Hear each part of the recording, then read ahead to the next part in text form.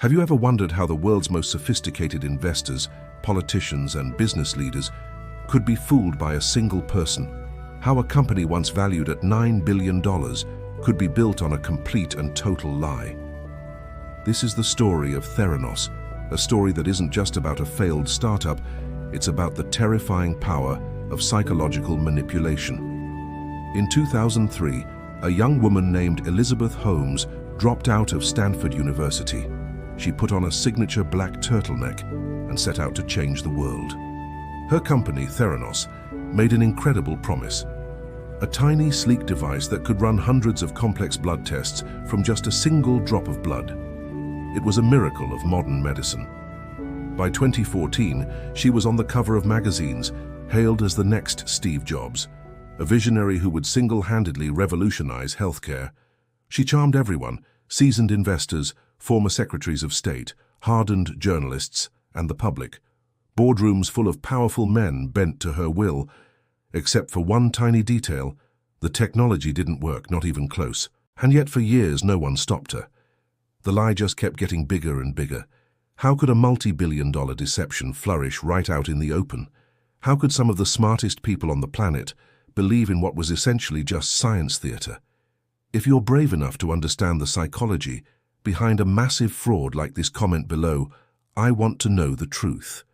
And make sure you subscribe, because you won't want to miss how we break down the mechanics of ambition and charisma, warping reality for millions. Theranos wasn't just a company, it was a psychological phenomenon. What Elizabeth Holmes masterfully created is what psychologists sometimes call a reality distortion field.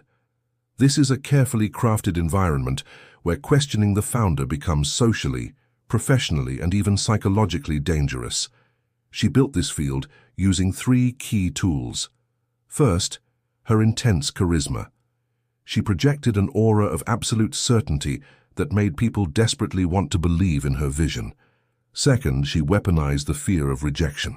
Employees quickly learned that contradicting her or questioning the mission would get them sidelined or worse, fired. And third, she enforced extreme secretiveness. The company was a fortress of control, with labs isolated from one another and everyone bound by ironclad non-disclosure agreements. The result of this was terrifying. Employees didn't just work hard, they began to rationalize serious ethical compromises.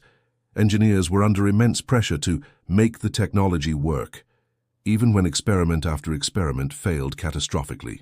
The few brave interns and scientists who tried to sound the alarm were silenced, demoted, or escorted out of the building. Any data that contradicted Holmes's triumphant narrative was buried. Even internal audits were obstructed and shut down. Holmes wasn't just selling a product, she was selling belief in herself.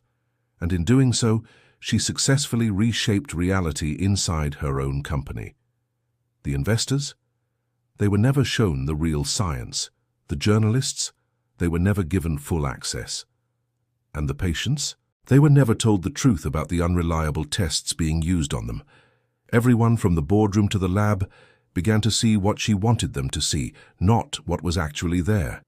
This wasn't just fraud, this was psychological control on a grand scale. It's a chilling reminder that in the world of high-stakes business, charisma can be far more powerful than cold, hard facts, at least until reality inevitably comes crashing down. Of course, a company like this shouldn't have been able to get so far if its governance was working. A board of directors is supposed to be the ultimate check on a CEO's power. But the Theranos board? It read like a who's who of American influence. We're talking former secretaries of state, decorated military generals, and Fortune 500 CEOs. They brought immense prestige and credibility to the company, but what didn't they bring? Scientific expertise.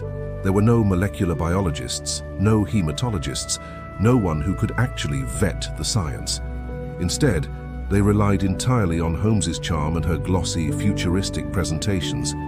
They put their trust in PowerPoint slides, not in actual lab experiments. And it wasn't just the board. Investors, including some of Silicon Valley's most celebrated venture capitalists, completely failed to perform proper due diligence. They didn't demand to see raw lab data. They didn't insist on independent verification. They simply accepted the promises and projections at face value. Meanwhile, the employees inside the company were seeing the truth every single day. When the blood testing devices failed, which was constantly, they reported the problems internally. When serious ethical warnings were raised about patient safety, they were ignored and dismissed. It was a perfect storm. A leader who was a master of manipulating perception, a board that lacked the expertise to challenge her, and investors who were blinded by the fear of missing out on the next big thing. In short, all the checks and balances that should have saved Theranos, that should have protected patients and investors, were completely broken.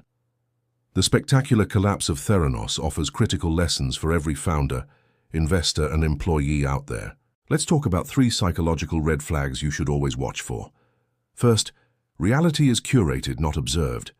If you're in a situation where you can't get access to the raw data, where independent audits are blocked, or where you can't see the experiments for yourself, you're not seeing reality. You're watching a performance. Second, questioning is punished. A culture where employees are afraid to speak up, where they fear retaliation for pointing out problems, is a culture that is ripe for fraud. Ethical warnings and dissenting voices should be amplified, not silenced. And third, there's too much focus on charisma over competence. A founder can be persuasive, visionary, and even magnetic, but true leadership requires substance, not just style. It requires expertise and integrity, not just a great performance. When you see these signs, don't rationalize them. Don't make the mistake of assuming, well, everyone else seems to be on board, so they must know something I don't. Because as the Theranos story proves, even a $9 billion valuation can be built on absolutely nothing. Theranos also represents the extreme danger of the fake it till you make it mantra that's so popular in Silicon Valley.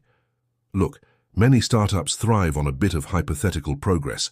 They use projections, prototypes, and assumptions to build momentum. But Theranos shows us the dark side of that philosophy.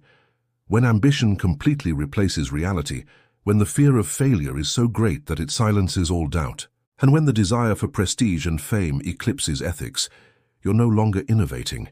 You're just lying. And lies, as it turns out, can scale much faster than technology. Money compounds, a great reputation multiplies, and the momentum builds until the inevitable collapse becomes catastrophic for everyone involved. Elizabeth Holmes's personal ambition wasn't small, it was all-consuming. And in her relentless pursuit of Silicon Valley immortality, she dragged investors, employees, patients, and journalists into a fantasy world that simply couldn't exist in reality. So why does this story matter so much to you right now? Because the Theranos saga isn't just about one woman or one company.